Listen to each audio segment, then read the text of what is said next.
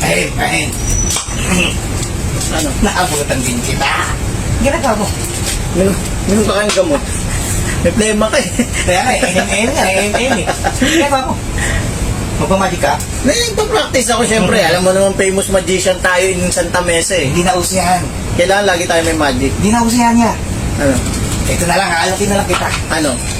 Meron ako rito as cordic acid, liver marine, Robus, tablet, Robus Extreme. Oh, Kaya nagagano alam ko sa'yo yung Robus Extreme. Oh, ano yan? Ito, subukat garantisado, FDA approved, astig to.